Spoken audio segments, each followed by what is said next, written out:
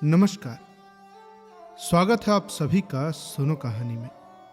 आप सुन रहे हैं मुंशी प्रेमचंद जी के द्वारा लिखा गया उपन्यास गबन, जिसे आवाज दी है मृत्युंजय मिश्रा ने।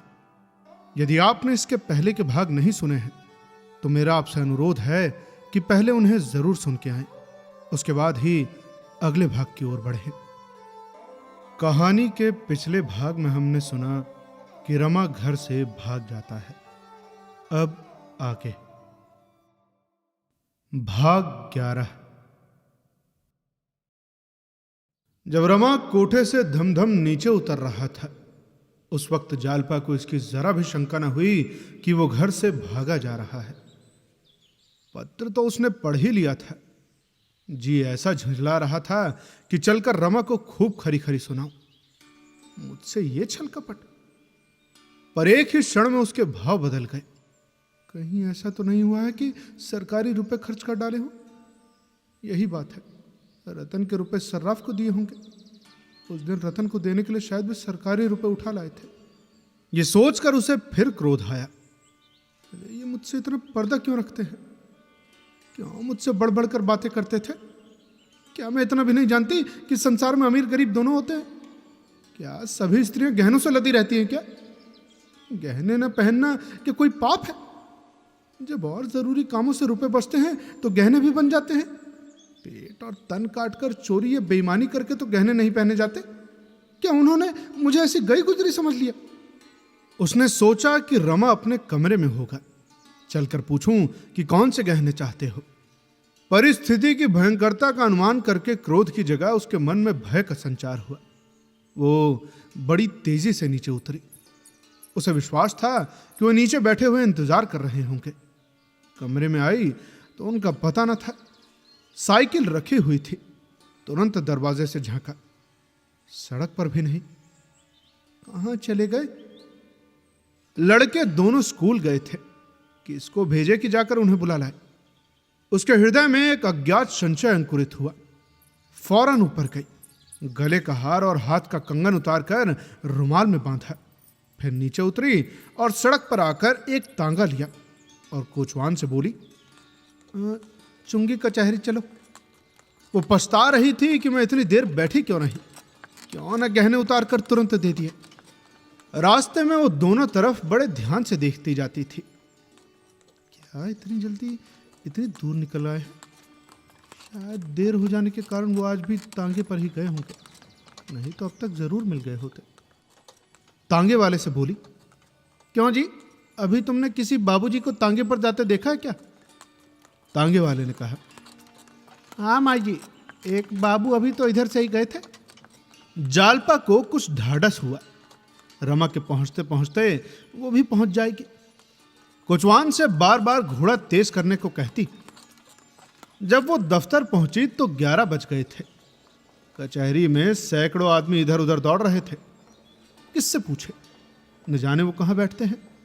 सहसा एक चपरासी दिखलाई दिया। जालपा ने उसे बुलाकर कहा, सुनो जी, जरा बाबू रमानाथ को तो बुला लाओ। चपरासी बोला, उन्हीं को बुलाने तो जा रहा हूं, बड़े बाबू ने भेजा है। क्या आप उनके घर ही से आई हैं क्या? जालपा, हाँ मैं तो घर ही से आ रही हूं, अभी 10 मिनट हुए वो घर से चले हैं। चपरासी, यहां तो नहीं आए? जालपा बड़े असमंजस में पड़ी। वो यहां भी नहीं आए, रास्ते में भी नहीं मिले, अरे तो फिर गए कहां? उसका दिल बांसों उछलने लगा, आंखें भर भर आने लगी। वहां बड़े बाबू के सिवा वो और किसी को न जानती थी।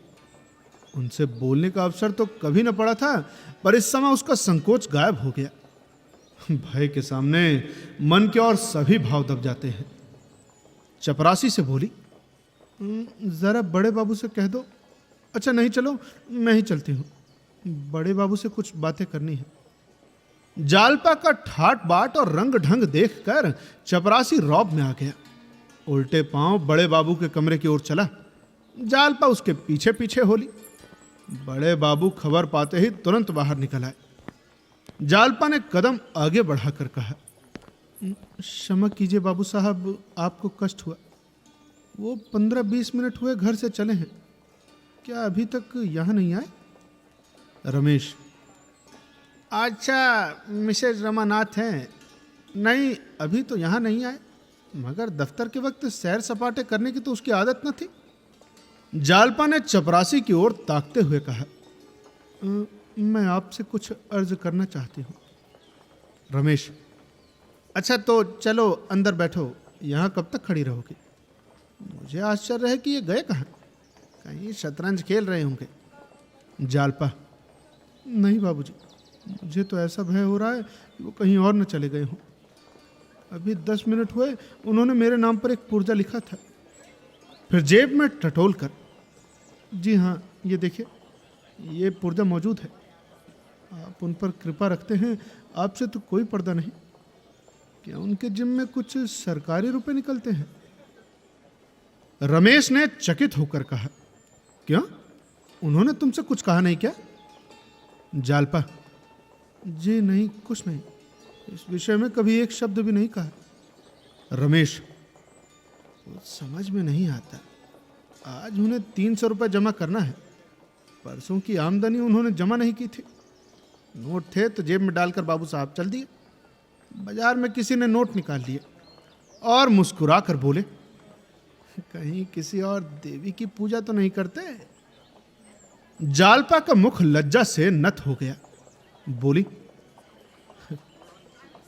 अगर ये अब होता तो आप भी उस इल्जाम से न बचते।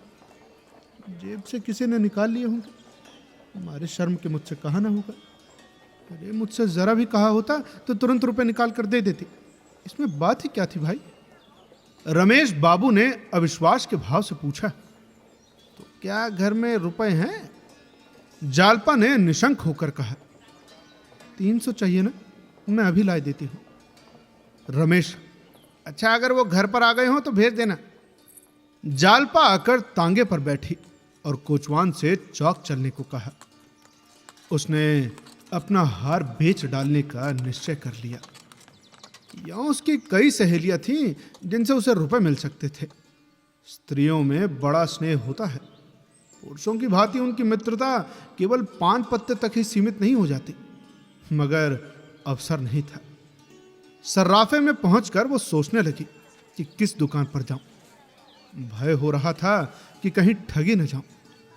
इस सिरे से उस सिरे तक एक चक्कर लगा आई, किसी दुकान पर जाने की हिम्मत न पड़ी। उधर वक्त भी निकला जाता था। आखिर में एक दुकान पर एक बूढ़े सर्राफ को देखकर उसका संकोच कुछ कम हुआ। सर्राफ बड़ा घाक था। जालपा की झिझक और हिचक देखकर समझ गया कि आज अच्छा शिकार फंसा। जालपा ने हार दिखाकर कहा, क्या आप इसे ले सकते हैं? सर्राफ ने हार को इधर उधर देखकर कहा, अरे मुझे 4 पैसे की गुंजाइश होगी तो क्यों ना लूंगा। माल चोखा नहीं है लेकिन। अरे तुम्हें लेना है इसलिए माल चोखा नहीं है, बेचना होता तो चोखा होता। कितने में लोगे? आप ही कह दीजिए। सर्राफ ने 350 दाम लगाए और बढ़ते बढ़ते 400 तक पहुंचा। जालपा को देर हो रही थी। रुपए लिए और चल खड़ी हुई। जिस हार को उसने इतने चाव से खरीदा था, जिसकी लालसा उसे बाल्यकाल ही में उत्पन्न हो गई थी, उसे आज आधे दाम बेचकर उसे जरा भी दुख नहीं हुआ, बल्कि गर्व में हर्ष का अनुभव हो रहा था। जिस वक्त रमा को मालूम होगा कि उसने रुपए दे दिए हैं, उन्हें कितना आनंद होगा। कहीं दफ्तर पहुंच गए हो तो बड़े मजे हो। यह सोचते हुए वो फिर दफ्तर पहुंची। रमेश बाबू उसे देखते हुए बोले, क्या हुआ, घर पर मिले? जालपा, तो क्या अभी तक यहां नहीं आए? घर तो नहीं गए। यह कहते हुए उसने नोटों का पुलिंदा रमेश बाबू की तरफ बढ़ा दिया। रमेश बाबू नोटों को गिनकर बोले, ठीक है, मगर वो अब तक कहाँ है? अगर ना आना था तो एक खत लिख देते भाई। मैं तो बड़े संकट में पड़ा हुआ था, तुम बड़े वक्त में आ गई। इस वक्त तुम्हारी सूझबूझ देखकर जी खुश हो गया बेटा।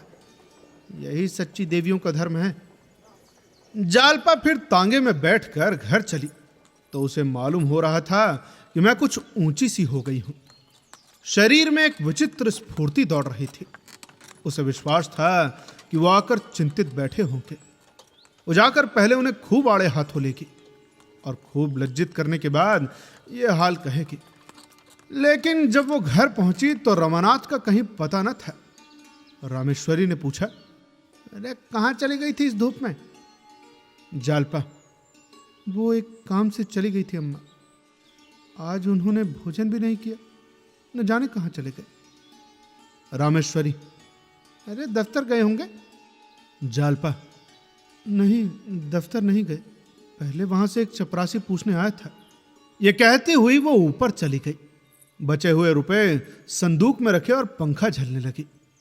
मारे गर्मी के देह फूंकी जा रही थी, लेकिन कान द्वार की ओर लगे थे।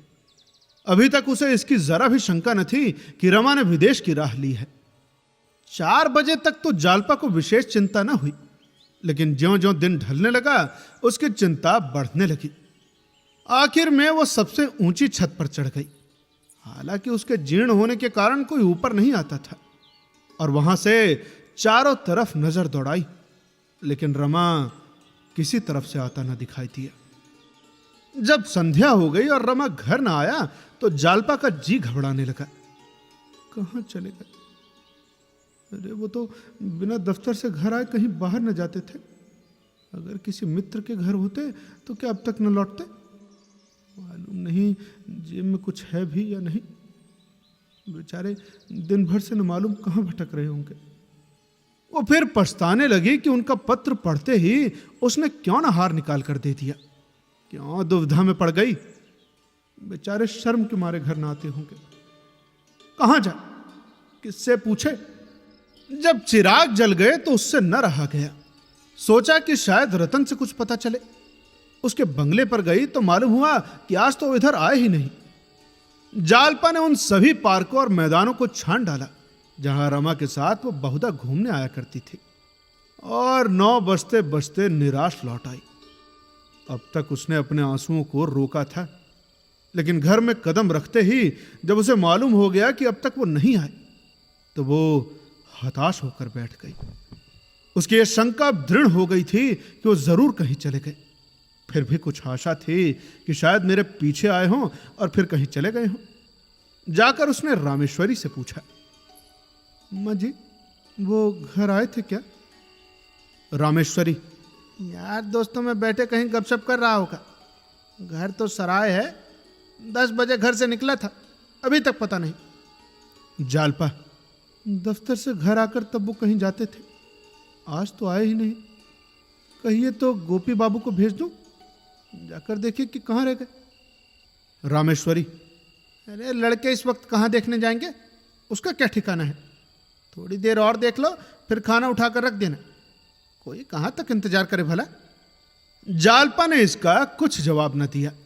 दफ्तर की कोई बात उनसे न कही। रामेश्वरी सुनकर घबरा जाती और उसी वक्त रोना पीटना मच जाता। वो ऊपर जाकर लेट गई और अपने भाग्य पर रोने लगी। रह रहकर चित्त ऐसा विकल होने लगा मानो कलेजे में शूल उठ रहा हो।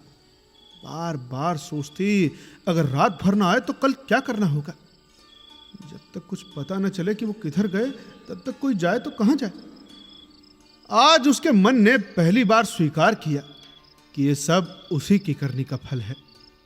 ये सच है कि उसने कभी आभूषणों के लिए आग्रह नहीं किया, लेकिन फिर उसने कभी स्पष्ट रूप से मना भी तो नहीं किया। अगर गहने चोरी हो जाने के बाद वो इतनी अधीर न हो गई होती तो आज ये दिन ही क्यों आता। मन की इस दुर्बल अवस्था में जालपा अपने भार से अधिक भाग अपने ऊपर लेने लगी।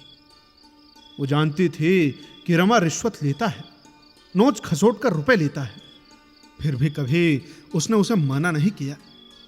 अरे उसने खुद क्यों अपनी कमली के बाहर पांव फैलाए, क्यों रोज उसे सैर सपाटे की सूझती थी। उपहारों को ले लेकर वो क्यों फूले न समाती थी। इस जिम्मेदारी को भी इस वक्त जालपा अपने ही ऊपर ले रही थी। रामानाथ प्रेम के वश होकर उसे प्रसन्न करने के लिए ही तो ये सब कुछ करता था। युवकों का यही स्वभाव है। फिर उसने उसकी रक्षा के लिए क्या किया। क्यों उसे यह समझ ना आई कि आमदनी से ज्यादा खर्च करने के लिए एक न एक दिन दंड भोगना पड़ेगा। अब उसे ऐसी कितनी ही बातें याद आ रही थीं जिनसे उसे रमा के मन की विकलता का परिचय पा जाना चाहिए था, पर उसने कभी उन बातों की ओर ध्यान ही न दिया। जालपा इन्हीं चिंताओं में डूबी हुई न जाने कब तक बैठी रही। जब चौकीदारों की सीटियों की आवाज उसके कान में आई तो नीचे जाकर रामेश्वरी से बोली, वो तो अभी तक नहीं आया, ऐसा करिए आप चलकर भोजन कर लीजिए। रामेश्वरी बैठे बैठे झपकियां ले रही थी। चौंक कर बोली, कहाँ चले गए थे? अम्मा वो अभी तक नहीं आए। रामेश्वरी, अब तक नहीं आए? अरे आधी रात तो हो गई बहू, जाते वक्त तो तुमसे कुछ कहा भी नहीं। जालपा, नहीं कुछ भी नहीं। तुमने तो कुछ नहीं कहा था ना, मैं भला क्या कहती। रामेश्वरी, अरे तो मैं लाला जी को जगाऊं?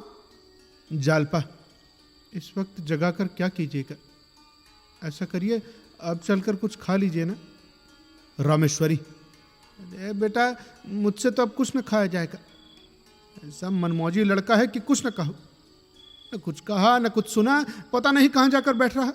कम से कम कहला तो देता कि मैं इस वक्त ना आऊंगा। रामेश्वरी फिर लेट रही, मगर जालपा उसी तरह बैठी रही, यहां तक कि सारी रात गुजर गई। पहाड़ सी रात, जिसका एक एक पल एक एक वर्ष के समान कट रहा था। एक सप्ताह हो गया, लेकिन रमा का कहीं पता नहीं। कोई कुछ कहता है, कोई कुछ। बेचारे रमेश बाबू दिन में कई कई बार आकर पूछ जाते हैं। तरह तरह के अनुमान हो रहे हैं। केवल इतना पता चलता है कि रमा 11 बजे रेलवे स्टेशन की ओर गए थे। मुंशी दयानाथ का ख्याल है, यद्यपि वैसे स्पष्ट रूप से नहीं कहते, कि रमा ने आत्महत्या कर ली। ऐसी दशा में यही होता है।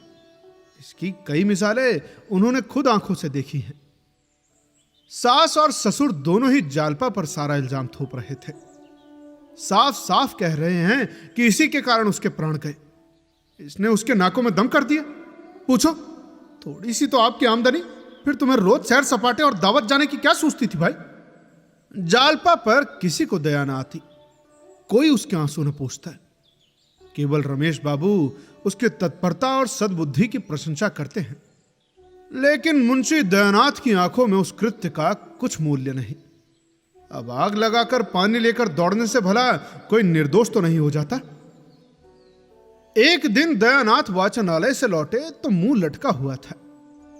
एक तो उनकी सूरत यूं ही मुहर्रम थी, उस पर मुंह लटका लेते थे तो कोई बच्चा भी कह सकता था कि इनका मिजाज बिगड़ा है। रामेश्वरी ने पूछा, क्या है, किसी से कहीं बहस हो गई क्या? दयानाथ, नहीं जी, तकाजों के मारे हैरान हो गए हूं। इधर जाओ उधर लोग नोचने दौड़ते हैं। न जाने कितना कर ले रखा है इसने।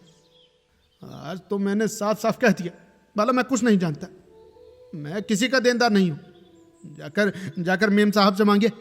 इसी वक्त जालपा आ पड़ी। ये शब्द उसके कानों में पड़ गए थे। इन 7 दिनों में उसकी सूरत ऐसी बदल गई थी कि पहचानी ना आती थी। रोते रोते आंखें सूज आई थी। ससुर के ये कठोर शब्द सुनकर वो तिलमिला उठी। बोली, जी हाँ, आप उन्हें सीधे मेरे पास भेज दीजिए।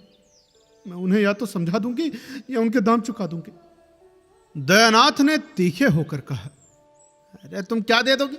हजारों का हिसाब है, 700 तो एक ही सर्राफ के हैं। अभी क्या पैसे दिए हैं तुमने?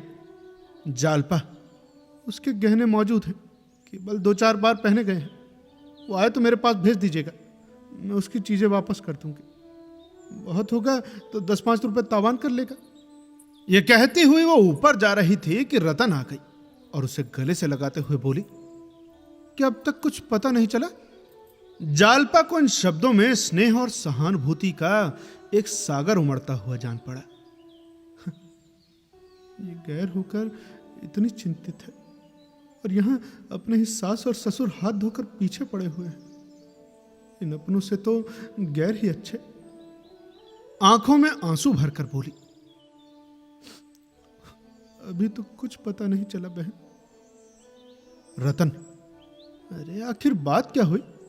कुछ तुमसे कहा सुनी हुई थी क्या? जरा भी नहीं बहन, कसम खाती हूँ, उन्होंने नोटों के खो जाने का जिक्र मुझसे किया ही नहीं। अगर इशारा भी कर देते तो मैं रुपए दे देती। जब वो दोपहर तक नहीं आए और मैं उन्हें खोजती हुई दफ्तर गई, तब मुझे मालूम हुआ कि कुछ नोट खो गए हैं। उसी वक्त जाकर मैंने रुपए जमा कर दिए। रतन, मैं तो समझाती हूँ, किसी से आंख लड़ गई है। अरे 10-5 दिन में आप ही पता लग जाएगा, देख लेना। ये बात सच ना निकले तो जो कहो वो दे दूं। जालपा ने हकबका कर पूछा, क्या तुमने कुछ सुना है? रतन, नहीं, सुना तो नहीं है, पर मेरा अनुमान है। नहीं रतन, मैं इस पर जरा भी विश्वास नहीं करती। ये बुराई उनमें नहीं है, और चाहे जितनी बुराइयां हों, मुझे उन पर संदेह करने का कोई कारण नहीं है। रतन ने हंसकर कहा, इस कला में ये लोग निपुण होते हैं, तुम बेचारी क्या जानो। जालपा दृढ़ता से बोली, अरे अगर वो इस कला में निपुण होते हैं तो हम भी हृदय को परखने में कम निपुण नहीं होते। मैं इसे नहीं मान सकती। अगर वो मेरे स्वामी थे तो मैं भी उनकी स्वामिनी थी। रतन, अच्छा ठीक है, चलो कहीं घूमने चलते हैं। चलोगी? आओ तुम्हें कहीं घुमा लाओ। जालपा, नहीं, इस वक्त तो मुझे फुर्सत नहीं है, और फिर घर वाले तो यूं ही प्राण लेने पर आतुर हैं, तब तो जीता ही न छोड़ेंगे। किधर जाने का विचार है? रतन, कहीं नहीं, ये जरा बाजार तक जाना था। जालपा, क्या लेना है? रतन, और जौहरियों की दुकान पर 1-2 चीज देखूंगी। बस मैं तो तुम्हारे जैसा कंगन चाहती हूँ। बाबूजी ने भी कई महीनों के बाद रुपए लौटा दिए, अब तो खुद ही तलाश करूंगी। जालपा, मेरे कंगन में ऐसे कौन से रूप लगे हैं भाई? बाजार में तो उससे बहुत अच्छे मिल सकते हैं। रतन, नहीं, मैं तो उसी नमूने का चाहती हूँ। जालपा, उस नमूने का तो बना बनाया मुश्किल से मिलेगा, और बनवाने में महीनों का झंझट। अगर सब्र ना आता हो तो मेरा ही कंगन ले लो, मैं फिर बनवा लूंगी। रतन ने उछल कर कहा, वाह, अरे तुम अपना कंगन दे दो तो क्या ही कहना, मूसलो ढोल बजाऊं। 600 का था ना?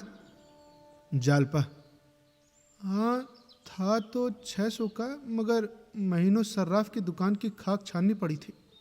जड़ाई तो खुद बैठकर करवाई थी, मगर तुम्हारे खातिर दे दूंगी। जालपा ने कंगन निकालकर रतन के हाथों में पहना दिया। रतन के मुख पर एक विचित्र गौरव का आभास हुआ, मानो किसी कंगाल को पारस मिल गया हो। यही आत्मिक आनंद की चरम सीमा है। कृतज्ञता से भरे हुए स्वर से बोली, भाई तुम जितना कहो उतना देने को तैयार हूं। तुम्हें दबाना नहीं चाहती, लेकिन तुम्हारे लिए यही क्या कम है कि तुमने इसे मुझे दे दिया। मगर एक बात है, अभी मैं सब रुपए न दे सकूंगी। अगर 200 रुपए फिर दे दूं तो कुछ हरज है क्या? जालपा ने साहस पूर्वक कहा, अरे कोई हरज नहीं, जी चाहे तो कुछ भी मत दो। रतन, नहीं, इस वक्त मेरे पास 400 रुपए हैं, ये मैं दिए जाती हूं। मेरे पास रहेंगे तो दूसरी किसी जगह खर्च हो जाएंगे। मेरे हाथ में तो रुपए टिकते ही नहीं, करूं क्या? जब तक खर्च ना हो जाए मुझे एक चिंता सी लगी रहती है, जैसे सिर पर कोई बोझ सवार हो।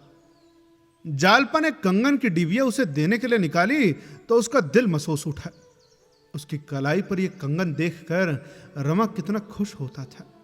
यदि आज वो होता तो क्या यह चीज इस तरह जालपा के हाथ से निकल जाती? फिर कौन जाने कंगन पहनना उसे नसीब भी होगा या नहीं। उसने बहुत जब्त किया, पर आंसू निकल ही आए। रतन उसके आंसू देखकर बोली, ऐसा करो, इस वक्त रहने दो बहन, फिर ले लूंगी, जल्दी भी क्या है। जालपा ने उसकी ओर बक्सा बढ़ाकर कहा, क्यों? क्या मेरे आंसू देखकर? अरे तुम्हारे खातिर से दे रही, नहीं ये मुझे प्राणों से भी प्रिय था। तुम्हारे पास इसे देखूंगी तो मुझे तस्कीन होती रहेगी। किसी दूसरे को मत देना, इतनी दया करना। हाँ? रतन, अरे किसी दूसरे को क्यों देने लगी? इसे तुम्हारी निशानी समझूंगी।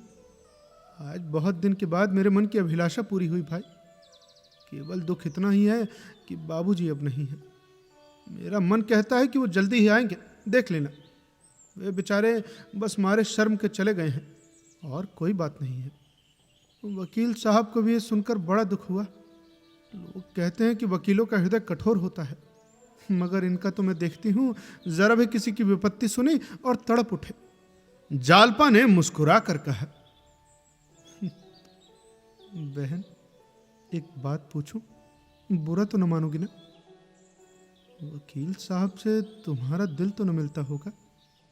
रतन का विनोद रंजित प्रसन्न मुख एक क्षण के लिए मलिन हो उठा, मानो किसी ने उसे चिर स्नेह की याद दिलाती हो, जिसके नाम को वो बहुत पहले रो चुकी थी। बोली, अरे मुझे तो कभी ये ख्याल भी नहीं आया बहन कि मैं युवती हूं और वे बूढ़े हैं। मेरे हृदय में जितना प्रेम, जितना अनुराग है, वो सब मैंने उनके ऊपर अर्पण कर दिया। अनुराग यौवन या रूप या धन से नहीं उत्पन्न होता, अनुराग अनुराग से उत्पन्न होता है। मेरे ही कारण तो वो अब इस अवस्था में इतना परिश्रम कर रहे हैं। अरे भला और दूसरा है ही कौन? क्या ये कोई छोटी बात है? अच्छा ये सब छोड़ो, कल कहीं चलोगे? कहो तो शाम को आऊं। जालपा, जाऊंगी तो मैं कहीं नहीं, मगर तुम आना जरूर। 2 घड़ी दिल बहलेगा। कुछ अच्छा नहीं लगता, मन डाल डाल दौड़ता फिरता है। समझ में नहीं आता कि मुझसे इतना संकोच क्यों किया। ये भी मेरा दोष है। मुझ में जरूर उन्होंने कोई ऐसी बात देखी होगी जिसके कारण मुझसे पर्दा करना उन्हें जरूरी मालूम हुआ। मुझे बस यही दुख है कि मैं उनका सच्चा स्नेह न पा सकी। अरे जिससे प्रेम होता है उससे हम कोई भेद नहीं रखते। रतन उठकर चली तो जालपा ने देखा कि कंगन का बक्सा मेज पर पड़ा हुआ है। बोली, अरे इसे लेती जाओ बहन, यहां क्यों छोड़े जाती हो? रतन, अरे ले जाऊंगी, अभी क्या जल्दी पड़ी है? अभी मैंने पूरे रुपए भी तो नहीं दिए। जालपा, नहीं नहीं लेती जाओ, मैं न मानूंगी। मगर रतन सीढ़ी से नीचे उतर गई। जालपा हाथ में कंगन लिए खड़ी रही। थोड़ी देर बाद जालपा ने संदूक से 500 रुपए निकाले और दयानाथ के पास जाकर बोली, ये रुपए लीजिए, नारायण दास के पास भिजवा दीजिएगा। बाकी रुपए भी मैं जल्द ही दे दूंगी। दयानाथ ने झेप कर कहा, रुपए कहां से मिले? जालपा ने निसंकोच होकर कहा, रतन के हाथ कंगन बेच दिया। दयानाथ उसका मुंह ताकने लगे। 1 महीना गुजर गया। प्रयाग के सबसे अधिक छपने वाले दैनिक पत्र में एक नोटिस निकल रहा है, जिसमें रमानाथ को घर लौट आने की प्रेरणा दी गई है और उनका पता लगा लेने वाले आदमी को 500 रुपए इनाम देने का वचन दिया गया है। मगर अभी कहीं से कोई खबर नहीं आई। जालपा चिंता और दुख से घुलती चली जाती है। उसकी दशा देखकर अब तो दयानाथ को भी उस पर दया आने लगी है। आखिर में एक दिन उन्होंने दीनदयाल को लिखा, आप आकर बहू को कुछ दिनों के लिए लिए जाए। दीनदयाल ये समाचार पाते ही घबराए हुए आए, पर जालपा ने मैके जाने से इनकार कर दिया। दीनदयाल ने विस्मित होकर कहा, अरे तो बेटा क्या यहां पड़े पड़े प्राण देने का विचार है? जालपा ने गंभीर स्वर में कहा, अगर प्राणों को इसी भांति जाना होगा तो कौन रोक सकता है? अरे मैं अभी नहीं मरने की दादाजी, सच मानिए, अभागिनों के लिए वहां भी जगह नहीं है। दीनदयाल, अरे बेटा लेकिन आखिर चलने में हर्ज ही क्या है? शहजादी और बसंती दोनों आई हुई हैं, उनके साथ हंस बोल कर जी बहलता रहेगा। जालपा, यहाँ लाला जी और अम्मा जी को अकेले छोड़कर जाने को मेरा जी नहीं चाहता। जब रोना ही लिखा है तो रोऊंगी। दीनदयाल, अरे लेकिन ये बात क्या हुई? सुनते हैं कि कुछ कर्ज हो गया था। कोई तो कहता है कि सरकारी रकम खा गए थे। जिसने आपसे ये कहा है उसने सरासर झूठ कहा है। अरे तो फिर क्यों चले गए? ये मैं बिल्कुल नहीं जानती। मुझे तो बार बार खुद यही शंका होती है, कहीं लाला दयानाथ से तो झगड़ा नहीं हुआ बेटा? लाला जी के सामने तो वो सिर तक नहीं उठाते बाबा, पान तक नहीं खाते, भला झगड़ा क्यों करेंगे? हाँ, उन्हें घूमने का शौक था, सोचा होगा यहाँ तो कोई न जाने देगा, चलो भाग चले। दीनदयाल, शायद ऐसा ही हो बेटा।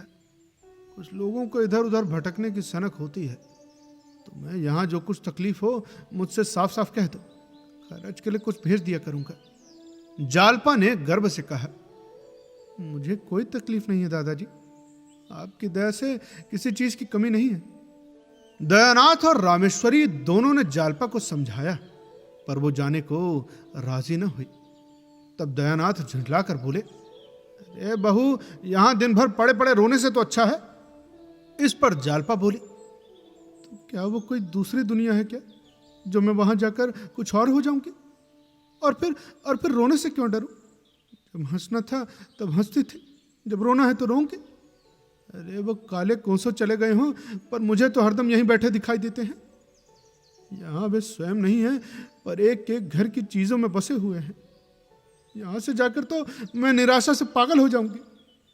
दीनदयाल समझ गए ये अभिमानी अपनी टेक न छोड़ेगी। उठकर बाहर चले गए। संध्या समय चलते वक्त उन्होंने 50 रुपए का एक नोट जालपा की तरफ बढ़ाकर कहा, इसे तो रख लो बेटा, शायद कोई जरूरत पड़े। जालपा ने सिर हिलाकर कहा, मुझे इसकी बिल्कुल जरूरत नहीं है दादाजी। हाँ, इतना चाहती हूं कि आप मुझे आशीर्वाद दें। संभव है आपके आशीर्वाद से मेरा कल्याण हो। दीनदयाल की आंखों में आंसू भर आए। नोट वहीं चारपाई पर रखकर बाहर चले आए। क्वार का महीना लग चुका था। मेघ के जलशून्य टुकड़े कभी कभी आकाश में दौड़ते नजर आ जाते थे। जालपा छत पर लेटी हुई उन मेघ खंडों की किलौले देखा करती। चिंता व्यथित प्राणियों के लिए इससे अधिक मनोरंजन की और कौन सी वस्तु है। बादल के टुकड़े भांति भांति के रंग बदलते, भांति भांति के रूप भरते। कभी आपस में प्रेम से मिल जाते तो कभी रूठकर अलग अलग हो जाते, कभी दौड़ने लगते तो कभी ठिठक जाते। जालपा सोचती कि रमानाथ भी कहीं बैठे यही मेघ क्रीड़ा देखते होंगे। इस कल्पना में उसे विचित्र आनंद मिलता। किसी माली को अपने लगाए पौधों से, किसी बालक को अपने बनाए हुए घरौंदे से जितनी आत्मीयता होती है, कुछ वैसा ही अनुराग उसे उन आकाशगामी जीवों से हो गया था। विपत्ति में हमारा मन अंतर्मुखी हो जाता है। जालपा को अब यही शंका होती थी कि ईश्वर ने मेरे पापों का दंड दिया है। आखिर रमानाथ दूसरों का गला दबाकर ही तो रोज रुपए लाते थे, भला कोई खुशी से तो देता न था। वो रुपए देखकर वो कितनी खुश होती थी। अरे इन्हीं रुपयों से तो नित्य शौक श्रृंगार की चीजें आती रहती थी। उन वस्तुओं को देखकर अब उसका जी जलता था। यही सारे दुखों का मूल है। इन्हीं के लिए तो उसके पति को विदेश जाना पड़ा। वे चीजें उसकी आंखों में कांटों की तरह गड़ती थी, उसके हृदय में शूल की तरह चुभती थी। आखिर में एक दिन उसने इन सभी चीजों को जमा किया। मखमली स्लीपर, रेशमी मोजे, मखमली स्लीपर, रेशमी मोजे, तरह तरह की बेलें, फीते, पिन, कंघियां, आईने, कोई कहां तक गिनाए। अच्छा खासा एक ढेर हो गया। उसने निश्चय किया कि वो इस ढेर को गंगा में डुबा देगी और अब से एक नए जीवन का सूत्रपात करेगी। इन्हीं वस्तुओं के पीछे आज उसकी ये गति हो रही है। आज वो इस मायाजाल को नष्ट ही कर डालेगी। उनमें कितनी ही चीजें तो ऐसी सुंदर थीं कि उन्हें फेंकते मोह आता था, मगर ग्लानि की उस प्रचंड ज्वाला को पानी के छींटे क्या बुझाते। आधी रात तक वो इन चीजों को उठा उठा कर अलग रखती रही, मानो किसी यात्रा की तैयारी कर रही हो। हां, ये वास्तव में यात्रा ही तो थी। अंधेरे से उजाले की, मिथ्या से सत्य की। मन में सोच रही थी कि जब यदि ईश्वर की दया हुई और वो फिर लौट कर घर आए तो वो इस तरह रहेगी कि थोड़े से थोड़े में निर्वाह हो जाए। एक पैसा भी व्यर्थ न खर्च करेगी। अपनी मजदूरी के ऊपर एक कौड़ी भी घर में ना आने देगी। अपनी मजदूरी के ऊपर एक कौड़ी भी घर में ना आने देगी। आज से उसके लिए नए जीवन का आरंभ होगा। ज्यों ही 4 बजे सड़क पर लोगों के आने जाने की आहट मिलने लगी, जालपा ने बैग उठा लिया और गंगा स्नान करने चली। बैग बहुत भारी था, हाथ में उसे लटकाकर 10 कदम भी चलना कठिन हो गया। बार बार हाथ बदलती थी। यह भय भी लगा हुआ था कि कहीं कोई देख न ले। बोझ लेकर चलने का उसे कभी अवसर न पड़ा था। इक्के वाले पुकारते थे पर वो उधर कान न देती थी। यहां तक कि जब हाथ बेकाम हो गए तो उसने बैग को पीठ पर रख लिया और कदम बढ़ाकर चलने लगी। उसने लंबा घूंघट निकाल लिया था ताकि कोई पहचान न सके। वो घाट के समीप पहुंची तो प्रकाश हो गया था। सहसा उसने रतन को अपनी मोटर पर आते देखा। उसने चाहा कि सिर झुकाकर मुंह छिपा ले, पर रतन ने दूर से ही पहचान लिया। मोटर रोककर बोली, अरे अरे कहां जा रही हो बहन? ये पीठ पर बैग कैसा?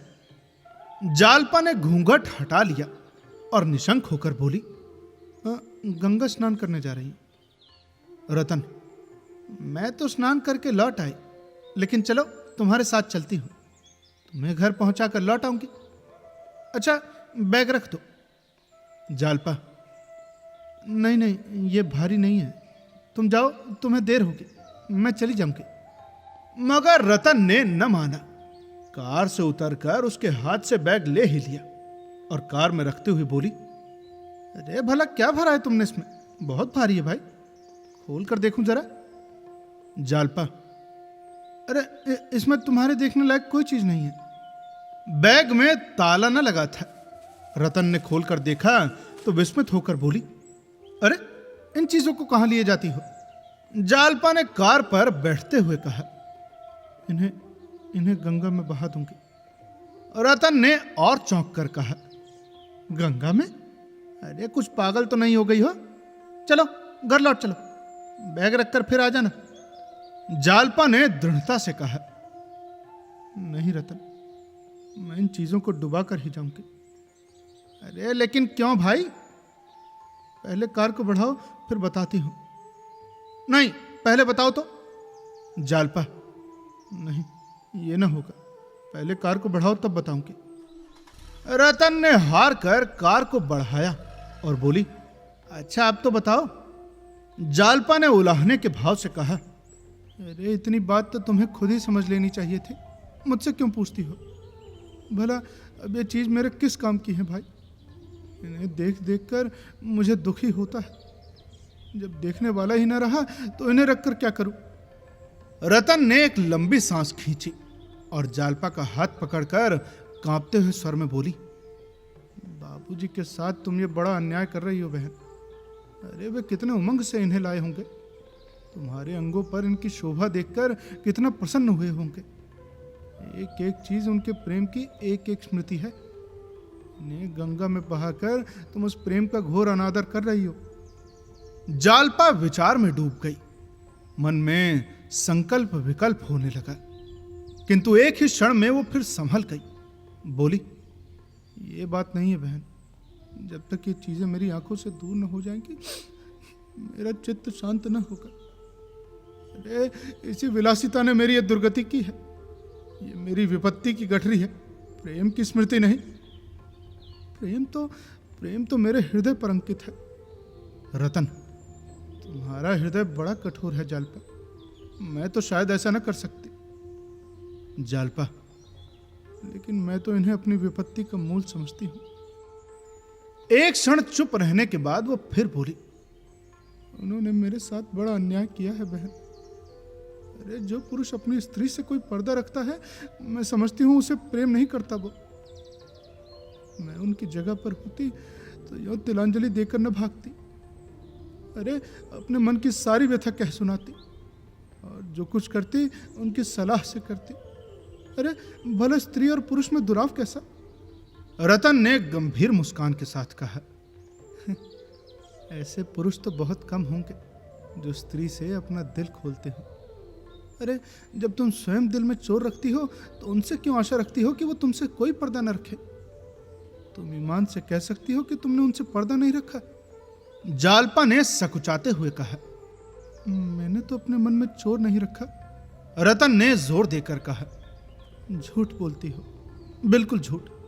अगर तुमने विश्वास किया होता तो वे भी खुलते। जालपा इस आक्षेप को अपने सिर से न टाल सके।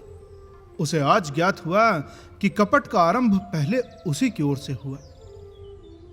गंगा का तट आ पहुंचा। कार रुक गई। जालपा उतरी और बैग को उठाने लगी, किंतु रतन ने उसका हाथ हटाकर कहा, नहीं, मैं इसे न ले जाने दूंगी। समझ लो कि डूब गए। जालपा, अरे ऐसे कैसे समझ लो? रतन, अरे मुझ पर दया करो बहन, बहन के नाते सही।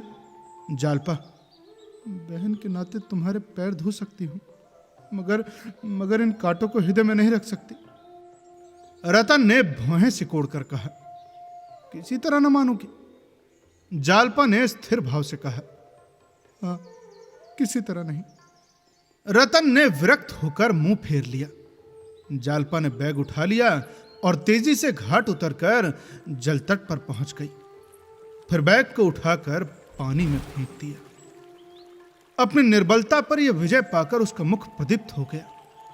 आज उसे जितना गर्व और आनंद हुआ उतना इन चीजों को पाकर भी न हुआ था।